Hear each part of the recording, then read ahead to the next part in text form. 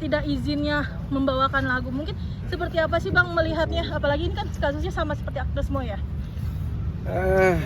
Sebenarnya agak berbeda ya kasusnya Agnes sama Lesti, tapi ini yang kita bilang sebenarnya ekosistem musik ini sedang tidak baik-baik saja. Ini karena aturannya nggak jelas, informasinya ke masyarakat, ke pencipta, ke ekosistem ini sedang tidak apa ya, informasinya tuh nggak jelas gitu. Akhirnya seperti sekarang kan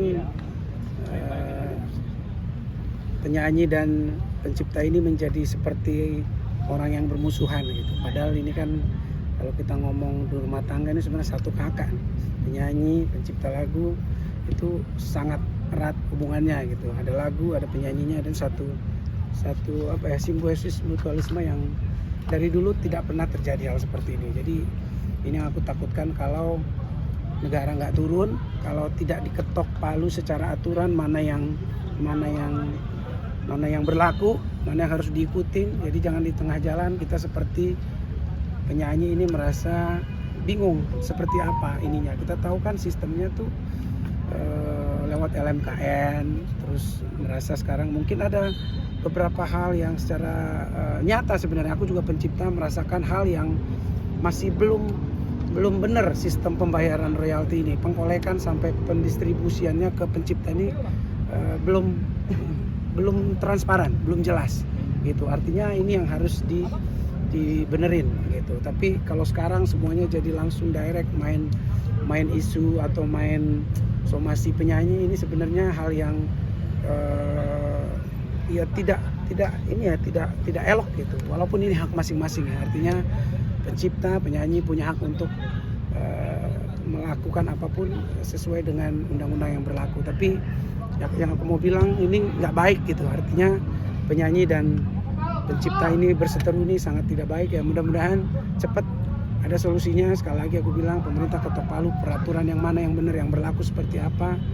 Jadi semuanya nyaman gitu. Kalau Lesti ini kan masalah mekanikal yang aku tahu ya, bukan performing right. Nah ini juga belum terinformasi sebenarnya banyak hal ke masyarakat. Mekanikal ini kan secara misalnya izin cover di YouTube. Nah ini kan kita banyak juga yang belum disampaikan ke masyarakat ini seperti apa sistemnya. Jadi misalnya kayak Lesti ini aku nggak tahu juga ya, aku jadi belum tahu seperti apa jelasnya dia cover di YouTube-nya kah, atau orang lain yang upload lagu yang dinyanyikannya milik orang lain, tapi orang lain yang upload itu kan sebenarnya nggak salah dia kalau seperti itu. Tapi kalau dia yang upload misalnya tanpa izin, nah itu kan sebenarnya di YouTube juga udah punya mekanisme gitu langsung seperti apa. Tapi sekali lagi ini pelajaran buat sistem di Indonesia ini, supaya semuanya harusnya, apalagi musisi ya, sama-sama musisi ini saling berdiskusi aja seperti apa maunya. Jangan main somasi main isu-isu kayak gitu kan sebenarnya kurang baik untuk nanti juga keberlanjutan lagu-lagu dan juga ke penyanyinya gitu. Akhirnya ada ketakutan nanti orang penyanyi untuk menyanyikan lagu-lagu di kemudian hari, akan mencari aman. Kalau mau ya diumumkan aja pencipta lagu yang memang memberlakukan hak eksklusif lagunya misalnya di luar sistem yang ada di pemerintah ini untuk performing right ya, misalnya ya diumumkan, gua gini ya, gua harus izin ke gua lewat ini gini, gua ada bergabung di sini, gua option out, gua keluar dari LMK misalnya yang di administrasi pemerintah. Ya udah, ya kita tahu gitu loh. Jadi penyanyi tahu, semua tahu aturan yang berlaku. Jadi semuanya tahu. Misalnya kalau kita ke public komersial gitu ya, kalau kita di marketplace kan kita tahu, kalau beli barang misalnya di mana kan kita tahu, kita cari barangnya, kita bayar dulu baru barangnya dikirim gitu loh. Itu kan jelas. Jadi kalau ini kan lagu ini berbeda, ini sebenarnya punya ciri khas yang berbeda sama properti yang seperti yang lain gitu. Ada kekhasannya karena lagu ini bisa dimainkan dalam waktu yang sama, ratusan orang juga bisa. Jadi izin-izinnya ini harus benar-benar disepakati gimana sistem pembayaran royaltinya gitu loh. Selama ini kan, sekarang ini kan ada beberapa persepsi undang-undang yang berbeda, ya udah diketok palu aja supaya jangan kayak gini-gini, nanti antara penyanyi dan orang yang saling sangat dekat jadinya yang berantem. Tapi seharusnya sih nggak seperti ini, nggak pernah terjadi, makanya ini sedang tidak baik-baik saja. Bang, kalau kan ini kan episode panas ini kan terus bergulir, apalagi kan mungkin ini keresahan juga nggak sih dari pencipta lagu, ya artinya langsung ke direct, langsung ke penyanyinya. Loh, maksudnya gimana? Keresahan dari pencipta lagu. Pasti keresahan. Kami kan belum berjalan dengan semestinya. Nah, ini yang kita mau tuju. Aku juga sekali lagi, aku juga punya hak atas lagu-laguku. Kalian tahu aku yang tersakiti bagaimana kalau aku tidak baik-baik saya mampu apa larang sampai akhir. Aku juga pernah sampai waktu itu tidak pernah berhenti bernyanyi karena suaraku. Jadi aku juga berjuang untuk hak-hakku, untuk anak-anakku nanti ke depan. Jadi cuman perjuangannya seperti apa, ini yang harus kita sama-sama berdiskusi. Karena aku maunya setiap laguku dimainkan nanti dimanapun aku mendapatkan hakku. Caranya seperti apa? Ya mungkin ini nih, penyanyi menjadi agent misalnya, dia mengagent untuk ngomong ke promotor, ini lagu-laguku kamu ini ya bayarin ke LMPA, memastikan. Jadi setiap lagu yang kita bawakan itu kita pastikan ke penyelenggara supaya dibayarkan ke pencipta. Ini kan udah mumpung nih, udah trigger mengenai pencipta lagu ini udah naik, jadi jangan sampai tidak ada hasilnya. Artinya udah banyak yang ribut-ribut. Secara pribadi aku pengen memang semua ekosistem ini enak. Kalau dibilang hak cipta tidak ada hubungannya sama penyanyi juga enggak lah. Sekarang kalau misalnya pencipta seenaknya melarang penyanyi juga kan, misalnya aku nyiptain lagunya si A misalnya, aku nyanyi lagu dia, terus tiba-tiba pas sudah meledak dia nggak suka aja sama aku, dia larang gitu kan, nggak boleh lagi kan. Hak kita sebagai penyanyi juga jadi aneh gitu. Jadi anytime dia bisa larang itu juga nggak buat penyanyi juga nggak adil, walaupun itu hak misalnya pencipta gitu. Tapi kan harus diatur, kalau nggak ya seperti apa nanti pelaksanaannya di dalam mekanisme di dalam industri ini gitu. Itu yang harus diatur. Ini sebenarnya menurut aku sih sangat bisa dibicarakan. Kita juga dari visi kita akan bicara nanti ke DPR. Jadi semuanya harus pemerintah harus turun, karena yang atur ini, yang membuat peraturan kan bukan kita. Pemerintah yang buat melalui nanti DJKI merumuskan ini, LMK yang bekerja kayak sebagai wasit atau sebagai pengelola royalti ini. Jadi mereka ini harus ikut, harus terbuka gitu. Gimana sih sebenarnya sistemnya supaya jangan pencipta sama penyanyi ini yang berantem gitu. Sayang banget. Sejauh ini sudah ada belum teman penyanyi yang mengungkapkan keresahannya, karena pelaporan ini bisa menimpa siapa aja pada akhirnya, karena kan ke belakang. Jadi peristiwa yang lalu-lalu akhirnya bisa diungkit dan dilaporkan juga. Sebagai penyanyi juga ada keresahan dari teman-teman seperti itu. Ya ini kan yang terjadi kita lihat seperti Agnes, seperti sebenarnya sekarang Lesti ini sekarang. Ya kalau Vidya Aldiano itu kan sebenarnya agak berbeda-beda, jadi ini nggak bisa disamain. Kalau aku sana waktu itu ya masalahnya juga kita nggak tahu di pengadilan ya apanya gitu loh. Karena kadang-kadang sebagai penyanyi kita udah menyertakan kontrak di situ. Setiap lagu yang kita bawakan harus dibayarkan hak ciptanya. Nah ini dibayarkan apa tidak, ini kan di sini miss-nya. Nah mungkin kita sebagai penyanyi bisa nih nanti ke depan memastikan hal itu. Kalau sebelum di ini kan kita nggak mau perform dulu misalnya, atau kita gimana caranya nanti kita dapat kepastian kalau itu sudah dibayarkan misalnya. Ini kan hal yang bagus.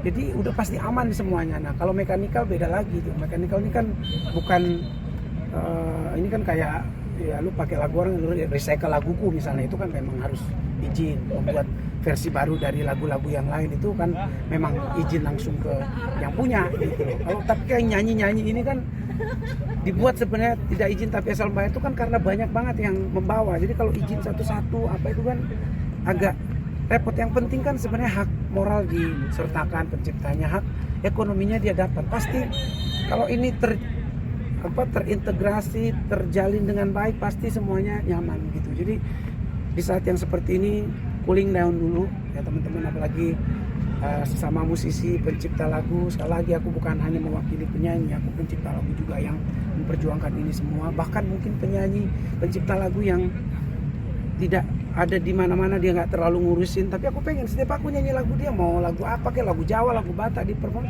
dia harus dapat. Gimana caranya, ini yang harus diadministrasi dengan baik, kita perjuangkan sama-sama. Jadi mudah-mudahan hal ini nyampe ke ekosistem ini, suara ini nyampe ke pemerintah, turun tangan, dibuat aturan, diketok palu, ini dia seperti ini sistemnya, begini caranya. LMKN juga menunjukkan kemampuannya dalam melakukan pengelolaan royalti ini, sistemnya seperti apa. Jadi ini diinformasi gitu, didiskusikan. Ini banyak hal yang tidak informasi dengan baik, akhirnya semuanya nyari jalan pintas. Apalagi nih teman baik, hubungan baik, masih kayak keluarga, udah main sikat-sikatan. Nggak ada, mak penyanyi tuh nggak ada yang kayak mau maling-malingan, nggak ada sama sekali, enggak. Tapi ya ini aturannya aja, sistemnya di seperti apa, pasti penyanyi semua ngikut, dibuat aja kayak gini ya, diketok palu, jadi semuanya jelas gitu loh. Jadi kalaupun melanggar harus jelas pelanggarannya seperti apa gitu. Kalau dibilang undang-undang 2014 sudah berlaku dari 2014, tapi kan ada undang-undang turunannya dulu yang membuat pelaksananya diatur supaya lebih gampang, ya kan? Ada PP 56 2021, 7 tahun setelahnya diatur semua supaya di sini tuh lebih nyaman. Tapi kalau belum juga nyaman nyampe ke semua ekosistem, ya mari kita fight lagi. Aku sih yakin momen ini, tahun ini ya, ini udah ribut sebegini besar, semuanya harus beres. Artinya ada sisi positif. Oh iya, pasti. Orang jadi lebih melek, Iya. LMKN juga lebih disorot gitu. Bener. Juga Ini terdorong untuk lebih maksimal gitu. Sisi positifnya ini adalah apapun itu, sekali lagi walaupun dibilang visi sama aksi ini berbeda, buat aku perjuangannya sama. Mau dibilang seperti apa perjuangan visi, perjuangan aku juga sebagai pencipta pengen semua pencipta mendapatkan haknya. Tetapi di dalam lagu ini juga ada hak penyanyi yang juga harus dipikirkan gitu, gimana mereka nyaman menyanyikan lagu-lagu ciptaan itu. Dan diingat dari depan semua itu perjanjian harus dibuat. Jadi jangan di tengah jalan main ini kan begini. Dari depan seperti apa perjanjian kan harus jelas gitu. Jangan tiba-tiba di tengah main sikat karena ini begini, ini gua punya hak eksklusif lagu-lagu gua, jadi lu begini. Ya nggak bisa gitu loh. Jadi kan aku juga di label dulu nggak kenal itu pencipta, memang di Sony Musik dulu aku nggak tahu pencipta laguku siapa. Bukan karena aku nggak mau tahu, tapi label itu memang punya bank lagu yang besar ada di label, kita nyanyikan begitu besar, dan mereka punya kontrak sendiri bersama penciptanya gitu. Kita bahkan nggak tahu berapa kontrak mereka. Tiba-tiba di tengah jalan mereka nanti isu kita kan, kita kaget gitu loh. Jadi padahal di depan itu tidak ada ininya gitu, tidak ada informasinya atau kesepakatannya seperti apa. Jadi dibicarakan. Iya, kalau aku sih pengennya ya kita sekali lagi aku bilang musisi pencipta lagu dengan ini tuh satu keluarga sebenarnya. Kalau bisa semuanya dibicarakan, dicari jalan yang terbaik. Tapi kalaupun semua tidak ketemu ya apa ya, gimana ya, mau gimana ya, mudah-mudahan ini jadi pelajaran ke depan. Tapi buat aku ini hal yang sangat tidak membuat nyaman ekosistem ini.